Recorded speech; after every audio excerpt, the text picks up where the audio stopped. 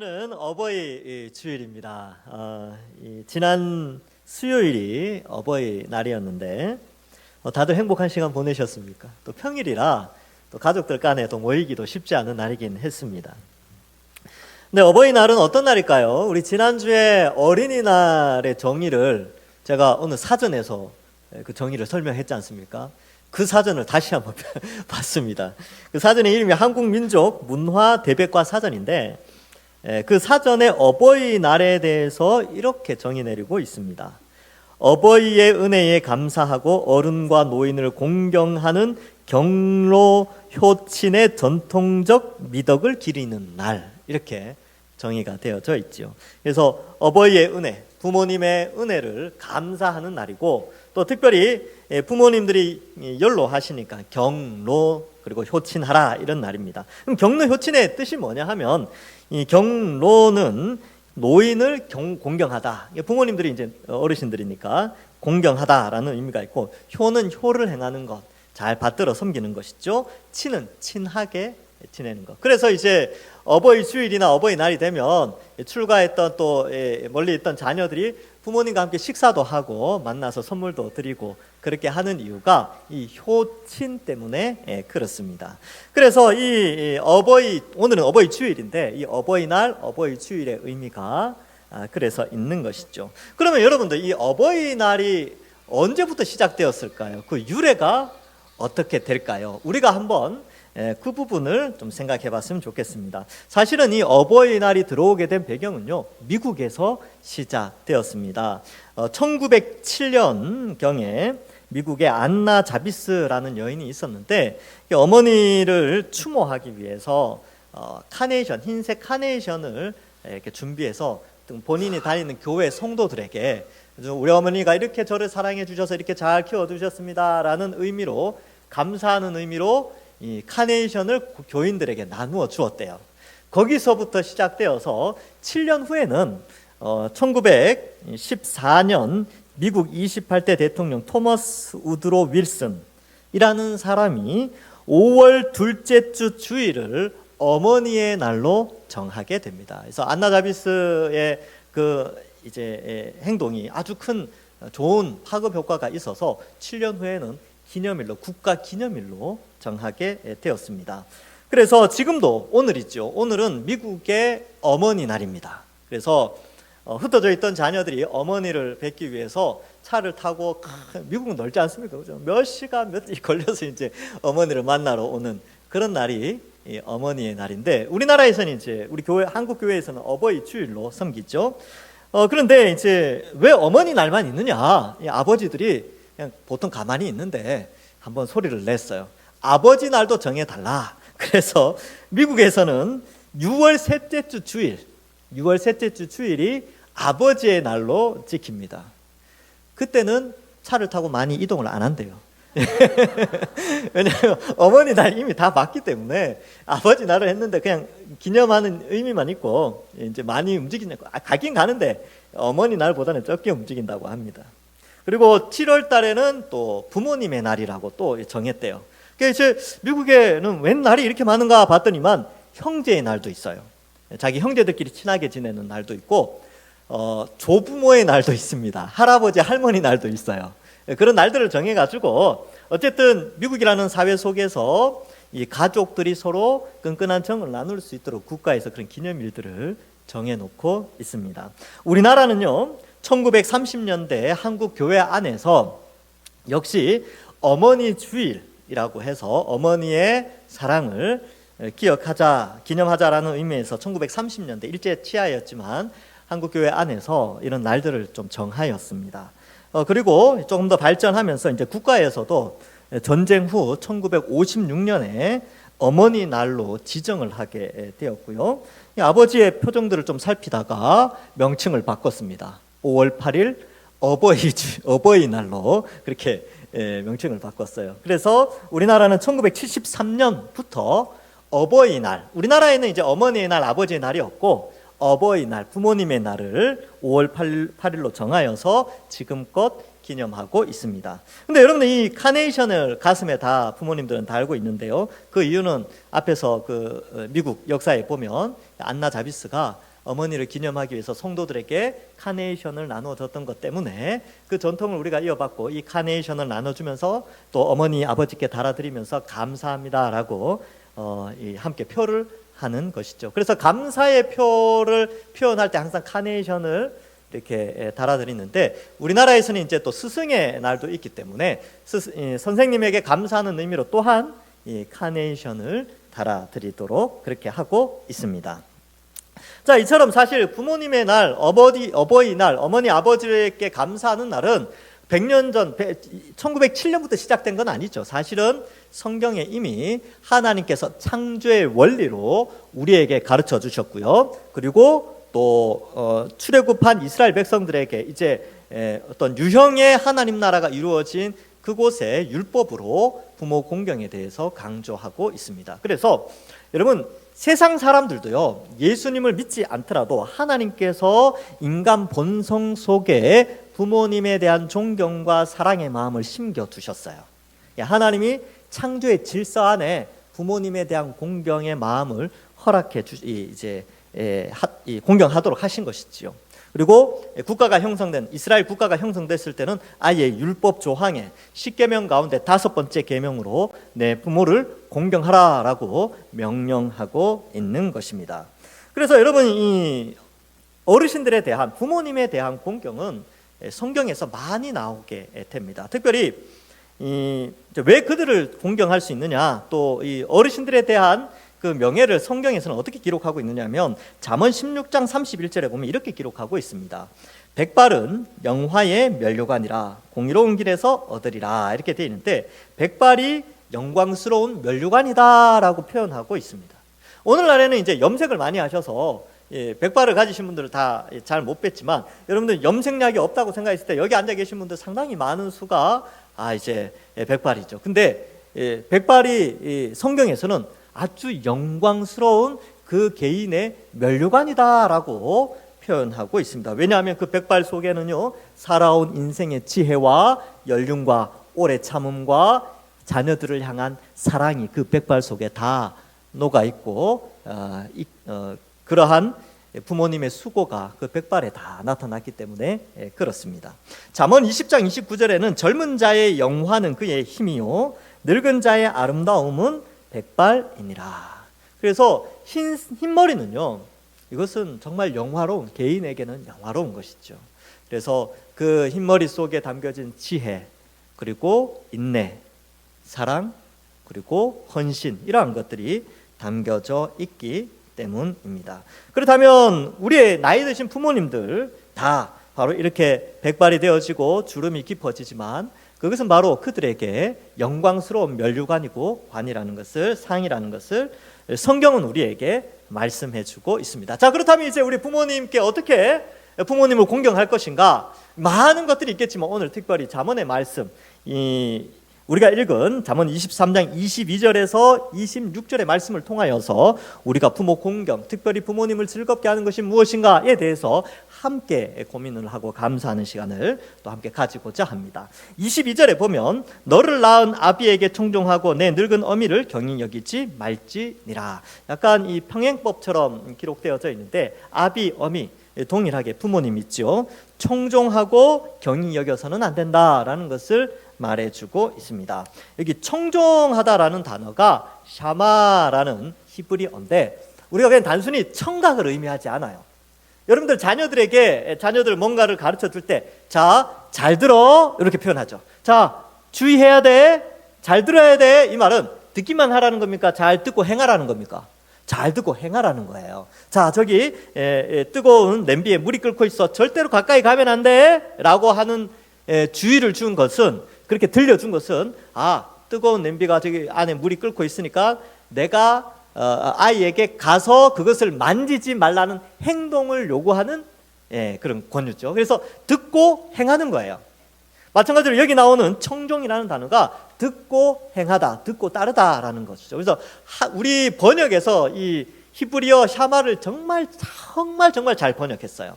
한자어이지만 청종, 들을 청자에 따를 종, 이런 의미가 있습니다. 듣고 따른다는 것이죠. 그래서 어머니 아버지의 말, 이것을 잘 듣고 따라야 됩니다. 어떤 사람이 이게 잔소리처럼 들릴 수 있는데 여러분 그 잔소리의 의미를 그 잔소리에 담겨진 그 뭐라 그럴까요? 의미를 생각해 보면요. 사랑이에요, 사실은. 사랑하니까 잔소리하는 겁니다. 여러분 옆집 아이들을 향해서 잔소리합니까? 안 하죠. 옆집 아이들한테 잔소리 안 해요.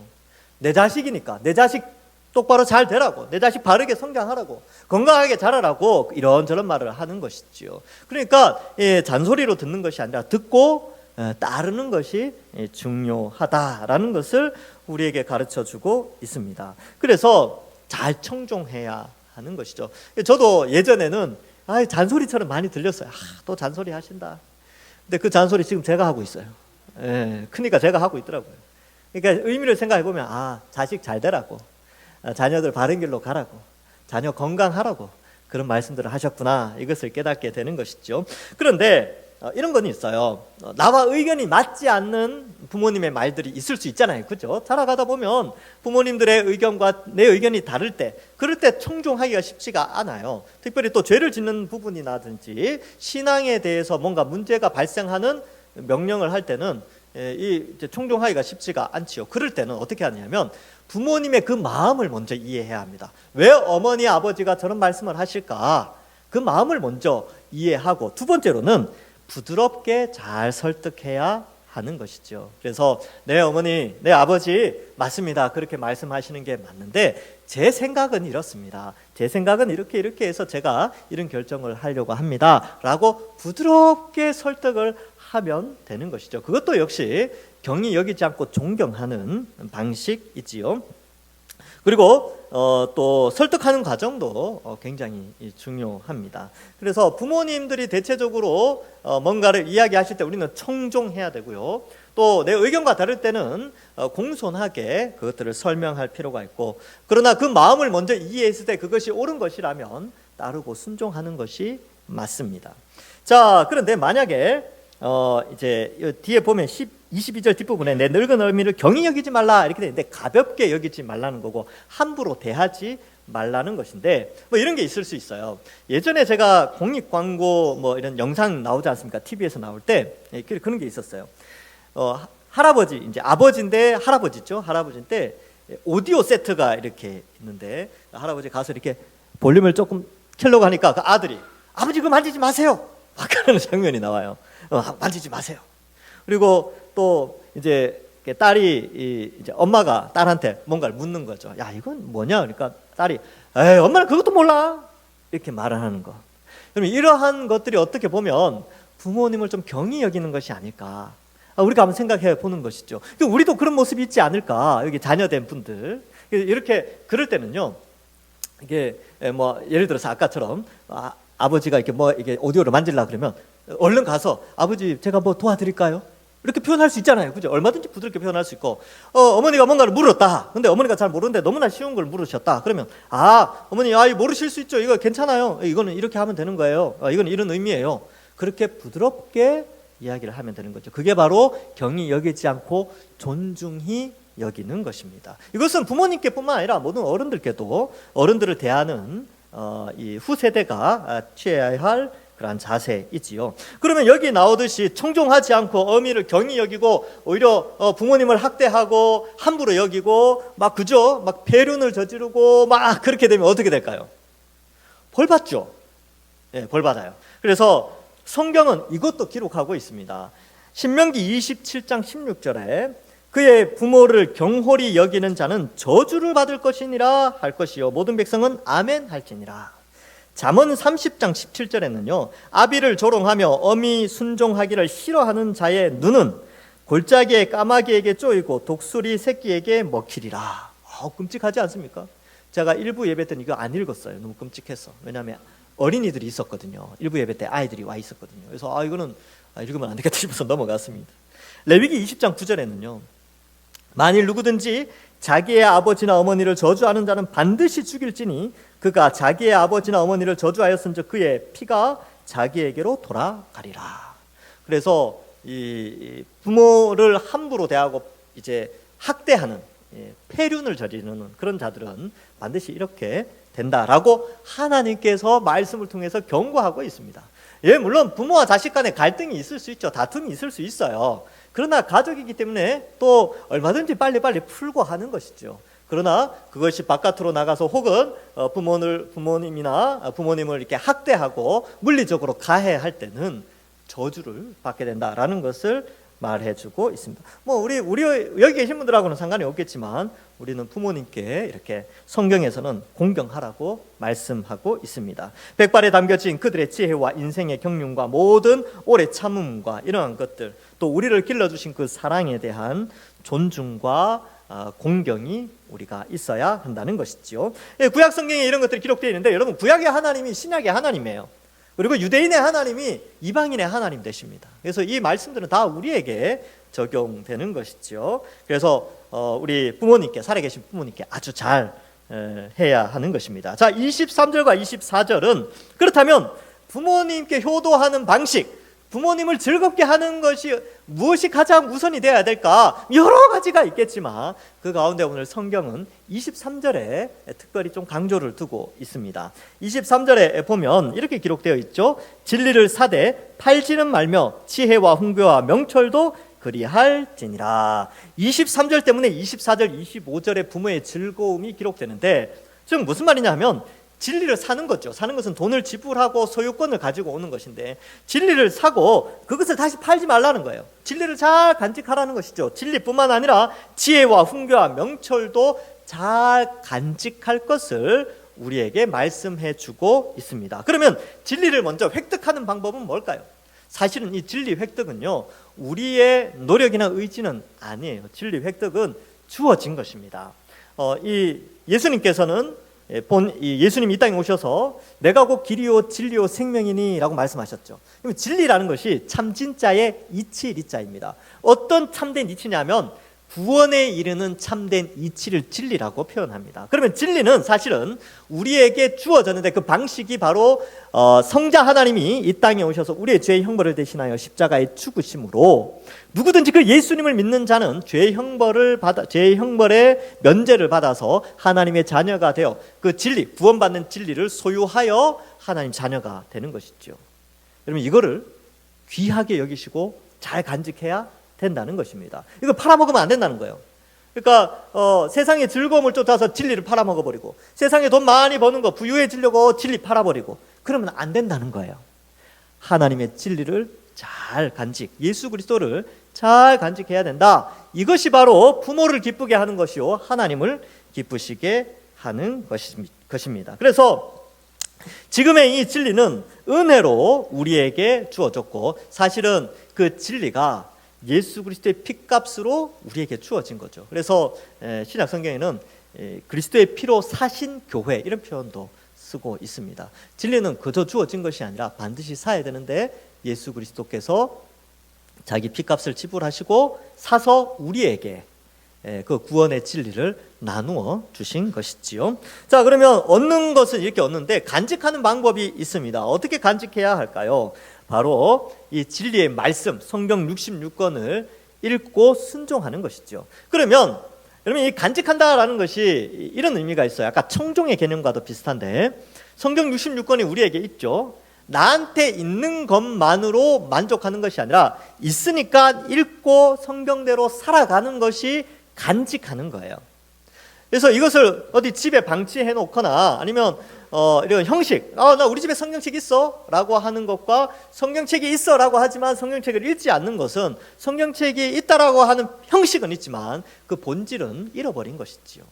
우리 주일 예배도 마찬가지입니다. 나 주일날 예배 드려, 이게 중요한 것이 아니라 주일 예배를 통하여 하나님의 구원을 기억하고 이제 월요일부터 토요일까지 받은 은혜, 말씀의 은혜를 통하여서 살아가려고 애쓰고 노력하는 그것이 주일 예배를 드리는 의미가 있는 것이죠. 그래서 형식주의가 아닌 참된 신앙의 본질이라는 것은 바로 이러한 형식을 통하여 그 속에 담겨진 본질을 이해하고 실천해 살아가는 것이 바로 신앙의 본질입니다. 그러면 여기에 나오는 진리를 사되 팔지 말며 지혜와 훈교와 명철도 그리할지라, 이 말은 우리가 진리는 은혜로 주어졌어요. 그러면 이걸 간직하고 팔지 않고 그대로 가지고 있는 것은 바로 이 진리대로, 말씀 성경 66권대로 실천하며 살아가는 것이 진리를 간직하는 방법인 것입니다. 그래서 성경을 읽고 거기에 대해서 순종하며 살아가는 것이 중요합니다. 디모데후서 3장 16절과 17절에 모든 성경은 하나님의 감동으로 된 것으로 교훈과 책망과 바르게 함과 의로 교육하기에 유익하니 이는 하나님의 사람으로 온전하게 하며 모든 선한 일을 행할 능력을 갖추게 하려 함이라 라고 기록합니다. 하나님의 사람으로 온전하게 되는 것, 이것이 바로 진리를 사서 간직하는 것인데 이것이 바로 아비의 마음을 즐겁게 하는 것입니다. 여러분, 많은 여기 자녀분들이 계시는데 그렇게 생각할 수도 있겠죠. 부모님께 효도하는 것은 내가 잘 되는 것이다. 내가 이 사회 속에서 성공하고 돈 많이 벌고 내가 건강하면 그것이 부모님께 효도하는 것이다 라고 생각하는데, 여러분, 그거는 불신자들도 하는 거예요. 그 불신자들도 다 그렇게 살잖아요. 성경에서 말하는 효도가 뭐냐? 성경에서 말하는 부모를 즐겁게 하는 것은 뭐냐면 진리를 잘 간직하는 겁니다. 예수 그리스도를 믿고 믿음 생활 잘하는 것이 신앙생활이고 그것이 효도하는 거예요. 여러분들 생각해 보세요. 부모님들도 마찬가지지만 부모님들이 이제 하나님이 부름의 때가 되어서 주님이 불러가실 날이 가까워왔어요. 자, 그러면 자녀들을 향하여서 야, 너희들 잘 먹고 잘 살아라, 이거 말하시겠습니까? 아니면 자녀들에게 너네들 예수님 잘 믿어야 된다, 예수님 잘 믿어서 꼭 다시 만나자, 그 말 하시겠습니까? 당연히 후자죠. 예. 자녀들에게 원하는 것은, 이제 곧 주님 얼굴 만나 뵙기 전에 정말 자녀들에게 원하는 것은 그 자녀들이 예수님 잘 믿는 겁니다. 왜요? 예수님 잘 믿으면 먹고 사는 문제 하나님 다 알아서 해주신다는 걸 아시니까. 그게 지혜 아니겠습니까? 그게 어른들의 지혜예요. 그러니까 예수님 잘 믿어야 된다. 그리고 나중에 다시 만나자. 이 바로 이것이 어쩌면 그들의 백발 속에 담겨진 지혜죠. 그리고 우리는 그러한 부모님을 즐겁게 하려면요, 믿음의 신앙생활을 잘하면 그것이 효도하는 것입니다. 그리고 혹 부모님이 예수님 믿지 않는다면 진짜 효도는요, 믿지 않는 부모님을 예수님 믿도록 전도하고 그렇게 하는 것이 중요합니다. 가끔 어르신들 이제 등록하시거나 우리 교회 오시는 분들 보면 어떻게 오셨습니까? 물으면 자식들이 자꾸 나가라 그래가지고 나왔다는 분들이 있어요. 그렇죠? 그게 진짜 효도입니다. 진짜 효도예요. 예. 그래서 이러한 것들이 바로 진리를 간직하는, 또 부모를 기쁘게 하는 자녀들의 모습인 것이지요. 여러분, 그래서 신앙생활 잘 해야 됩니다. 신앙생활 잘 한다는 것은 단순히 교회 나오고 그냥 가고 11시 예배만 뭐 이렇게 하고 이렇게 하는 게 아니라 그냥 예배에 앉았다 가고 그런 개념이 아니고 진짜 신앙생활을 잘 해야 됩니다. 예수님께서 이것을 잘 표현하시는데 마태복음 21장에 보면 예수님 비유 가운데 포도원에 아버지가 있었는데 두 아들이 있었어요. 그래서 두 아들한테 명령하는 거죠. 야, 너희들 밭에 나가서 일 좀 해라. 포도밭에 나가서 일 좀 해라. 그러니까 큰 아들이 네 아버지, 네 나가서 일하겠습니다. 둘째 아들은 조금 싫은 거예요. 땡볕에 나가서 일하려니까 저 싫어요 라고 했는데 아들은 예 나가겠습니다 했는데 안 나갔어. 근데 둘째 아들은 듣고 보니까 그래도 아버지한테 효도해야 되는데, 그래서 알겠습니다 하고 나중에 뉘우치고 포도원에 나가서 일을 해요. 자, 그래서 예수님이 이렇게 말씀합니다. 마태복음 21장 31절에 그 둘 중에 누가 아버지의 뜻대로 하였느냐, 이르되 둘째 아들이니이다. 예수께서 그들에게 이르시되 내가 진실로 너희에게 이르노니 세리들과 창녀들이 너희보다 먼저 하나님 나라에 들어가리라. 이 너희들이 누구냐면 바리새인들과 서기관들이거든요. 그러니까 바리새인과 서기관들은 첫 번째 아들하고 똑같다는 거예요. 너희는 모양은 그럴듯하게 하나님 잘 믿는 것 같은데 속마음은 하나님 마음도 모르고 순종하지도 않는다. 그러나 겉모양은 이 여러 죄인들, 그렇죠? 세리들과 뭐 이렇게 그런 여자들 이렇게 겉모양은 아주 안 좋은데 그들이 이제 회개하고 예수님을 믿고 어떻게 됐어요? 순종하며 살아가는 거죠. 그러니까 이 둘째 아들이 바로 이들이다 라고 표현합니다. 그래서 여러분, 본질을 잘 생각해요. 부모의 효도의 본질, 예수님 잘 믿어라 라고 했을 때 그 잘 믿는 것, 진리를 사고 간직하는 그 본질이 뭐냐는 것이죠. 그래서 바로 믿음 생활 잘하는 것, 성경을 읽고 교회에서 신앙생활하고 정말 믿음을 가지고 주어진 믿음대로 순종하면서 살아가는 것이 부모님께 효도하는 것이다 라는 것을 말해주고 있습니다. 그래서 24절에 의인의 아비는 크게 즐거울 것이요. 의인이 누굽니까? 예수님 믿는 사람이 의인이거든요. 자기 자녀가 예수님 잘 믿으면 부모 마음이 얼마나 기쁘겠습니까? 그렇죠? 그래서 자녀들 위해서 기도하실 때 다 그렇게 기도하시잖아요. 우리 아들, 우리 딸 예수님 잘 믿게 해달라고. 근데 자녀들은 그 기도를 들어야 돼요. 그래서 여러분, 자녀들에게 그 기도의 제목을 알려주시면 됩니다. 너네들 꼭 예수님 잘, 너네들 돈 잘 벌고 건강하고 이것도 참 중요한데, 그러나 진짜 최고로 내가 원하는 것은 너희들 예수님 잘 믿는 것이다. 그리고 우리 자녀된 분들은요, 부모님의 마음을 잘 이해해야 돼요. 먹고 잘 사는 것도 중요하지만 예수님 믿는 것이 진짜 효도하는 것이구나, 이렇게 잘 믿는 것이죠. 이것이 참된 효도다. 그래서 어떻게 기록되어 있습니까? 지혜로운 자식을 낳은 자는 그로 말미암아 즐거울 것이니라. 그래서 자식들 예수 잘 믿으면 부모가 즐겁습니다.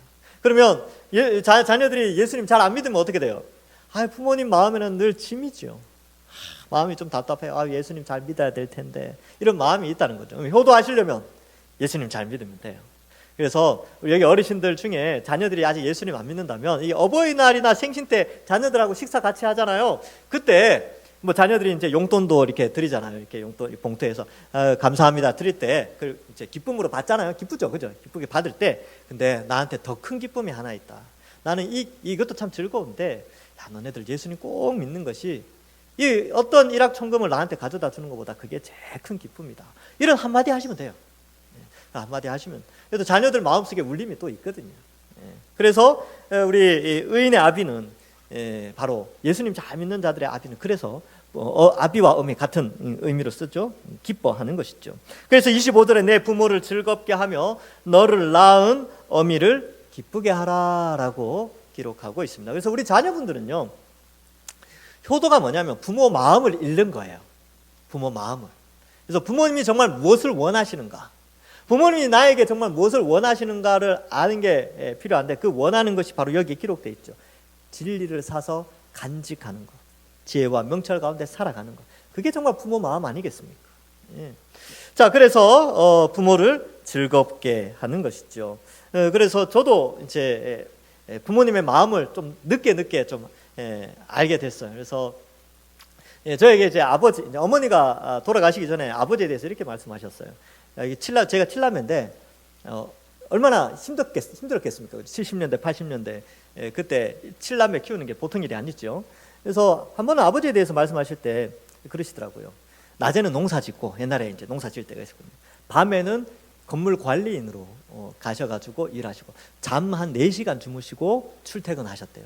하루는 이제 전에도 한번 말씀드린 것 같은데, 자전거 타고 오시다가 조셔가지고 다치셨다고.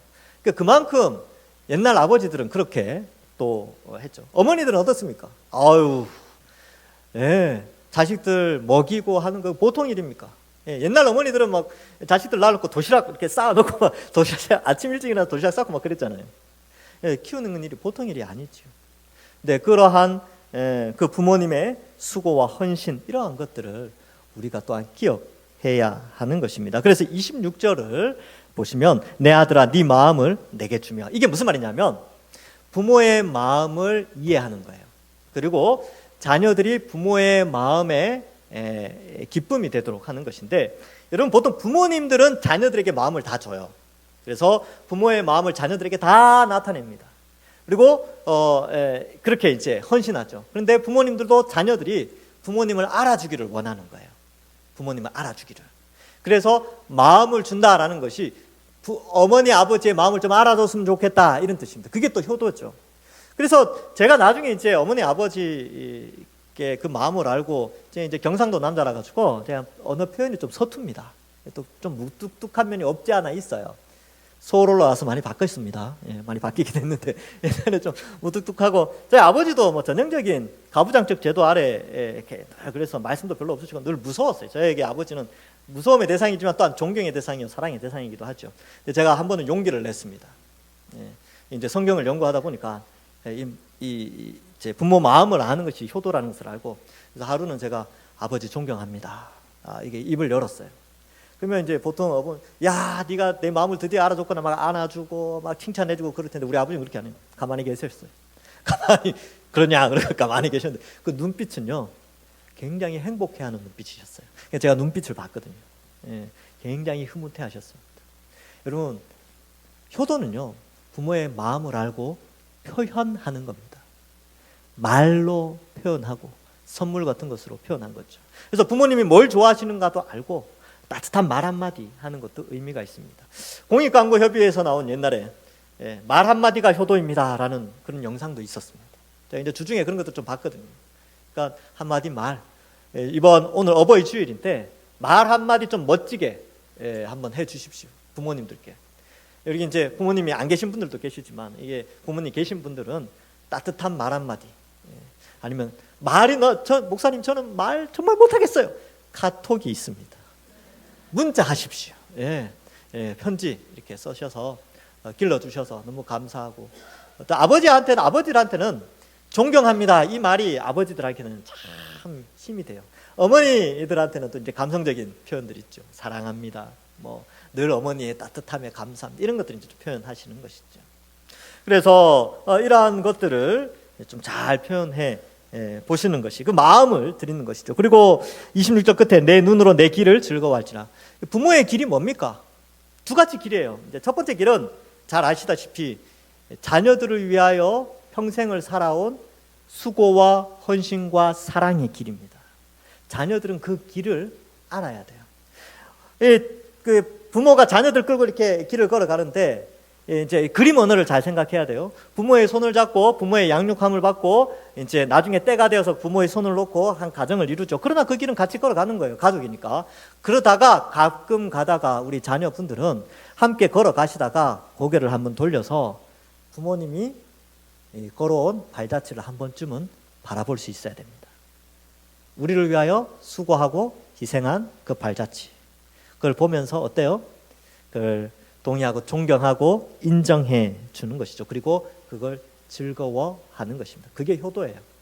부모님이 이러한 길을 걸어오셨구나. 나를 위해서 이렇게 희생과 사랑의 길을 걸어오셨구나. 근데 부모가 그 마음을 알아주기를 원한다는 거예요. 여기서 네 눈으로 내 길을 즐거워하라. 그래서 우리 여기 계신 모든 자녀분들, 부모님이 걸어온 여러분들을 향하여 수고하시고 헌신하신 그 길 한번 좀 기억하시고, 오늘 어버이 주일을 맞이하였는데 감사의 표현들 하시고, 또 부모님을 위해서 또 그렇게 축복도 하시고 선물도 드리고 그렇게 하는 것이죠. 또 하나의 길은 부모님이 걸어오신 신앙의 길입니다.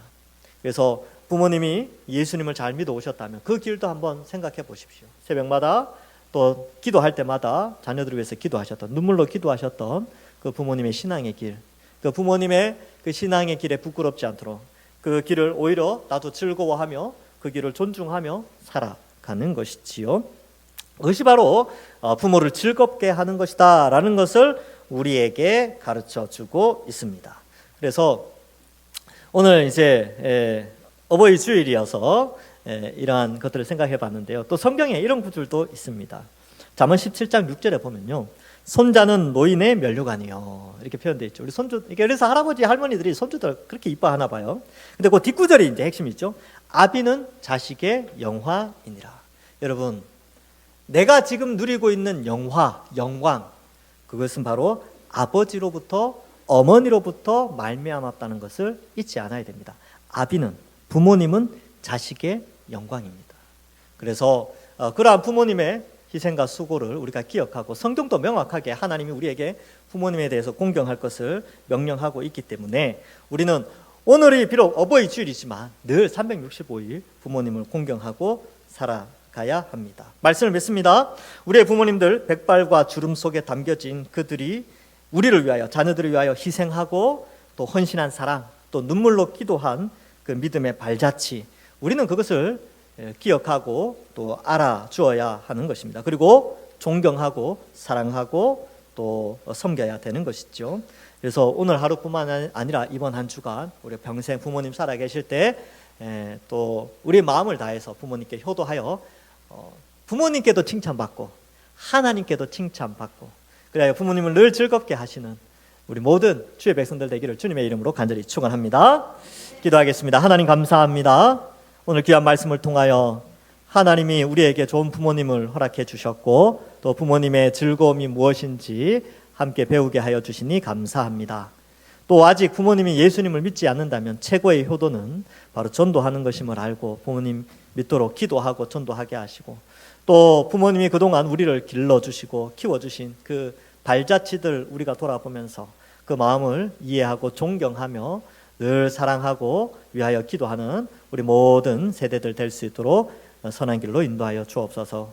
우리 동산교회 모든 우리 성도들의 각 가정 위에 이러한 가정 안에 서로의 마음을 나누고 또 서로를 위하고 이해하고 사랑하고 존중하는 아름다운 가정으로 든든히 세워지도록 주님께서 돌보시고, 특별히 우리 동산교회 안에 많은 어르신들 머리끝에서부터 발끝까지 하나님께서 늘 건강 지키시고 은혜로 인도하여 주옵소서. 감사드리옵고 예수님의 이름으로 기도하옵나이다.